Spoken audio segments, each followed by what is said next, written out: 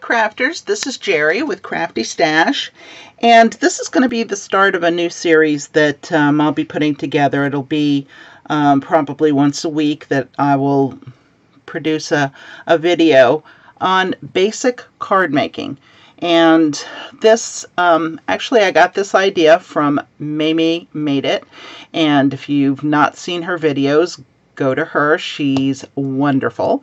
But this is kind of on my level of expertise, say. We're going to start out with the basics, and then we're going to move up as far as using recipes or patterns for cards, and the tools that we would need to upgrade each time.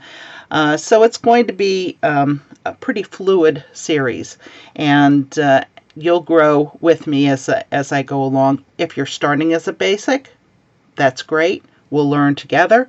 If you're far beyond that, we'll learn together as well. So hopefully I'll have some tips and tricks along the way to share with you on how to make your card making just perfection and easy. It doesn't need to be hard at all. So what I'll do is I will be going through some of my card making pattern books. This one is from close to my heart. I was a consultant for many years and have several of these books that Jeanette Linton had put together for close to my heart. And this one is the originals. It's Handcrafted Cards Made Easy. And we'll go through some of these. There is another volume as well as other things inspired from other YouTube videos and other card makers and crafters along the way. So we'll just make this an ongoing project as we go along. So what basically I'll start with today is to let you know that we have, I'm not a real creative person, I'm a copier. So I can take a pattern, just as you would in sewing, and follow it and make a great card. If you were to sit me down and give me a blank page and say create, I'm not so much. I need a little inspiration along the way, a little guidance along the way. And I think most of us are like that. There are a few of us that are very creative and create these beautiful things that we'll then replicate. But I think for the most part, we're all copycats, and that's fine. That's how it is. And so we'll go along and we'll learn a little bit as we go. So as an overview, this particular book has different size cards.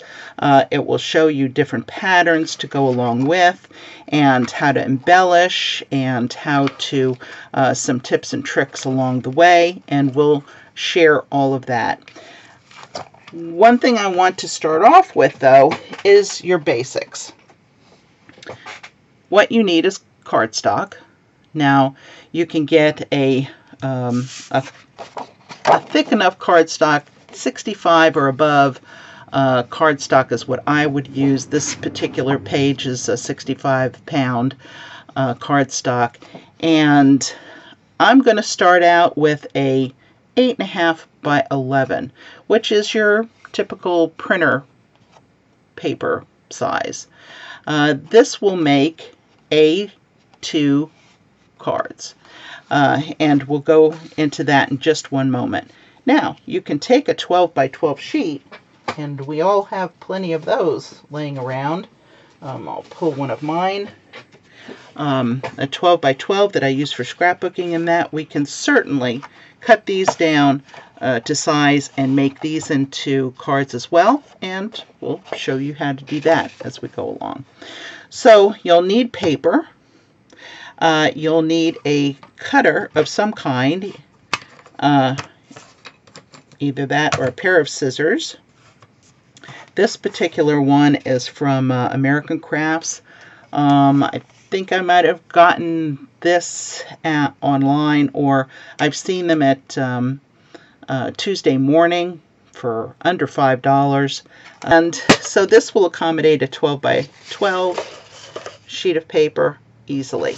And this one also has score lines, and we'll get into that as we go along as well. Now there's different types of cutters. You can have a rotary cutter. This is just a, a slicer. It has a cutter on there, and these are once they get dull, you can change these out easy enough. They come in all different sizes. They come in all different prices, and or just use a pair of scissors. I mean, that's good enough too. A nice sharp ruler. I like to use, I say sharp because I like a solid edge on mine. So if it has a metal edge, I love metal rulers. You can do a lot of things. You can rip with them and do all sorts of things. This one has cork at the back so it doesn't slide. That I would recommend as a piece of your basic equipment. But a cutter, a pair of scissors, and paper, and how are you going to adhere what you're going to be doing to your cards? Of course, you need some type of adhesive. So I'll be using either the roll adhesive. This is double-sided. Some people call it Scor-Tape. This is, I think Scor is the brand, but this is not that. You can buy this anywhere. You can also have the Tombow, which is a runner, a tape runner, or you can use liquid tape. Liquid adhesive, and I use Elmer's for a lot of different things. Paper, not so much, because if you know by either yourself or your kids using Elmer's glue, it tends to buckle. It will warp your paper some, and you don't want to do that. So if you have a liquid adhesive that's specifically meant for paper, not to warp, Tombow is a good brand. There's many other brands out there. Martha Stewart has some, and even some Aliens tacky glues. Those types will not warp your paper, so have those on hand as well. And there's lots of other things that you can purchase, but that's the basic. If you want to just go with a simple card, that's where we're starting. That's what we'll do. So let me get into the sizes of cards. First, you want to use, in America, typically an A2 is a 4 1/4 by 5 1/2 size piece of paper. And what I've done is I've found through Pinterest a guide, if you will. And this particular one is from kgdcraftermath.com. Very simple to read. It gives you the card size, the cut size, the number of cuts per 5 1/2 by 11 sheet or 12 by 12 sheet. And it tells you how to cut them in order to get what you want. So we'll be going through, in this program, we'll be going through 3 by 3 cards, A2 cards, which are the 4 1/4 by 5 1/2, an A7 card, which is the larger size, and we'll show you that in a moment. It's a 5 1/4 by 7 1/4. Now I'm going to be going through inches. I won't be going through centimeters in this program because I'm American and I don't use centimeters. So I wouldn't even know how to convert, but that's easy enough. And then the 6 by 6 cards, which are very simple to get out of a 12 by 12. You cut it in half. There you go. So that's what we're going to be going through in this series. So if you want to take your basic card, so you have the 8 1/2 by 11, and you'll be folding it in half. Now you can score this. I tend not to score. It just takes too much time. And I don't have my bone folder, which you really do need, is a nice bone folder. In lieu of that, I'll use my scissors. Now, that gives me half of a page. So I'm able to use my small cutter in this. So I'm just going to slip it in here and cut it in half. And there you go. So this is my half a page. And if you like, you can purchase them also already cut to the size. This pack, for those of you who go to Tuesday morning, you'll find these all the time on sale. It's a packet of, I don't know how many, 100 maybe, of already scored A2 size card bases. So you might see the score right there. And so you just take those and use those as your bases. They are not as thick as I like them to be, but they're good enough. They're probably as thick as this one. Maybe even, yeah, they're about that. Maybe even thicker. So it's a little bit more than a 65 pound. But it's a very good base and lots of different colors to choose from. So you can do that or cut them on your own. Now, I don't like to necessarily use a really thick cardstock because I like to layer. So you'll be getting enough weight in your card to make it feel good in the hand. You want it to feel expensive, not cheap and cheesy. You can put we'll go into different ways that you can finish it off and that, but this gives you an idea of what an A2 card size would be. Now, your envelope, if you go to a regular stationery store, Staples or something like that, you can buy boxes of invitation size envelopes, and that is what this would fit into.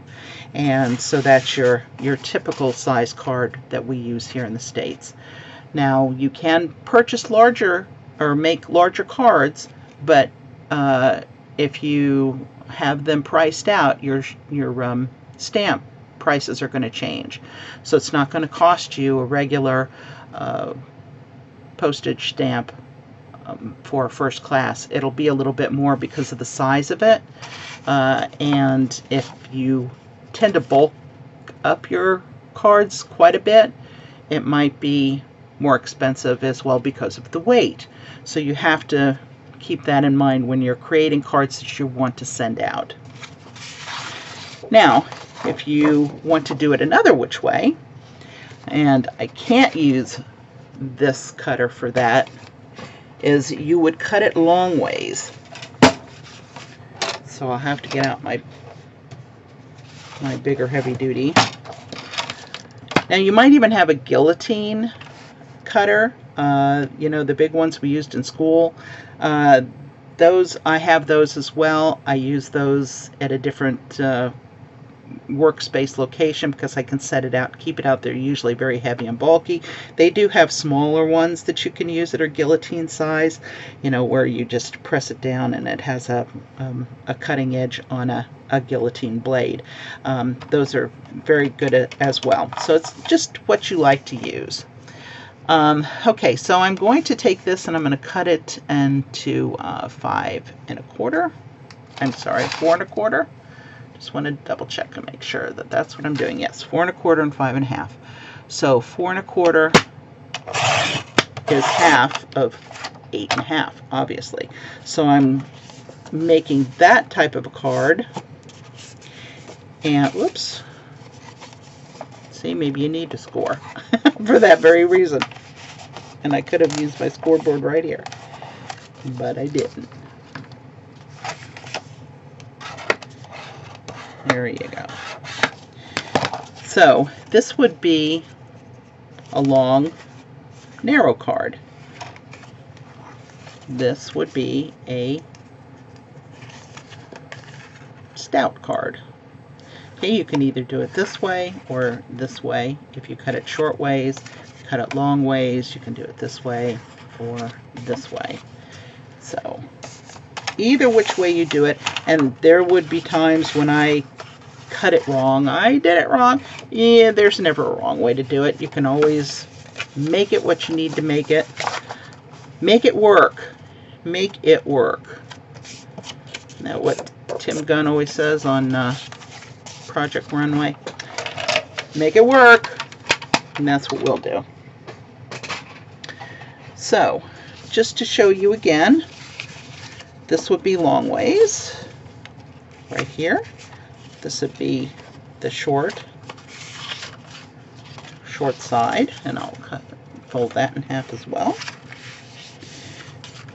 And you'll get 2 cards out of each 8.5 by 11 piece of paper. And this is one. It's not finished yet, obviously, for that size. And if you want to do it lengthwise, that's the size it is.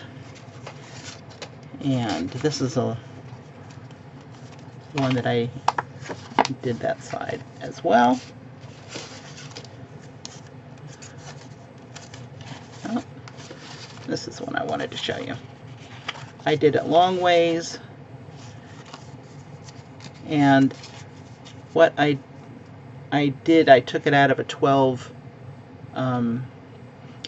by 12 piece of cardstock, so I had that extra inch. I just folded it over, make it work. So that's the lengthwise, or I could have done it this way as well. Okay, that's from a 8.5 by 11 sheet of paper. Now, if I want to take a 12 by 12, and I want to make a 6 by 6 card, easy enough, cut it in half. So I have a 6 by 6 right here.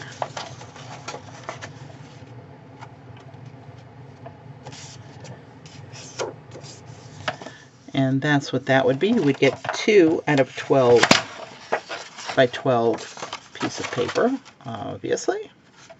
And I'm gonna fold that because I'm gonna show you something else that I'll be doing with my smaller cutter. So if you did a 6 by 6, this is what a lot of Crafters Companion dies, the cut into dies, are sized for, is a 6 by 6 card or larger. So that's what I did with this. Actually, I just folded, because this was a thin piece of card, scrapbook paper, it wasn't cardstock. So I just cut it, I just folded it in half and half again, and I got a 6 by 6 card out of that. And that's exactly what that is. And then I used my die, and we'll go into that eventually, but that's the size of card that is. Now this probably will be more expensive in the States to send.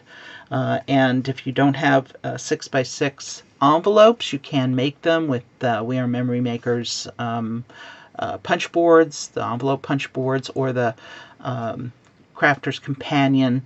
She has the ultimate punch board as well for envelopes and boxes and things like that. So you can always make any size envelope that you want. It's just a matter of you having to make it instead of purchasing it. But you can get the cards, envelopes for those as well somewhere.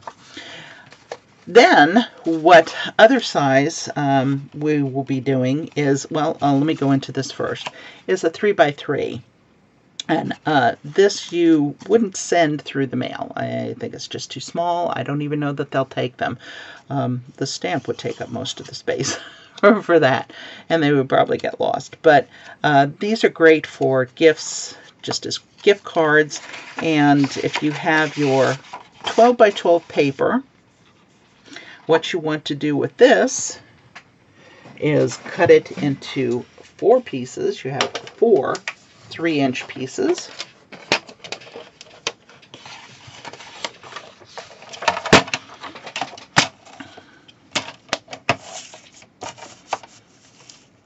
So I already did half of that, so we're just going to get 2 out of this particular one.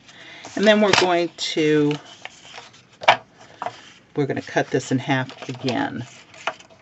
This particular paper, as you can see, it doesn't cut really well. It's very inexpensive, cheap cardstock. And my cutter blade might be getting a little dull as well. So you want to cut that into half. So you're going to have a 6 by 3-inch piece. And that's how you make your 3 by 3. Now again, you'll have to either just punch a hole in this and hang it on a gift, or stick it into a bag for a gift, If you want to make an envelope, you can do that as well, and we can go into that eventually down the line too. But that would be a small gift card size to do. So here you have a 6 by 3, and you just fold it in half. You want to score that, and then we'll embellish those along the way and create cards that way. So that's your basics. That's what we're going to be going through. So if you have any questions about card making, please put them in the comments below. I'll look through them and see if there's any ideas that you have, anything that you want to go through. Let me know. Please subscribe and like and comment as well. And we'll have fun going through this series together. They will be shorter than this particular video. This was our beginning tutorial on how to do our basic cards, and we'll go through them quickly. So there you go, and I hope you have a great day crafting. We'll talk to you soon. Bye-bye.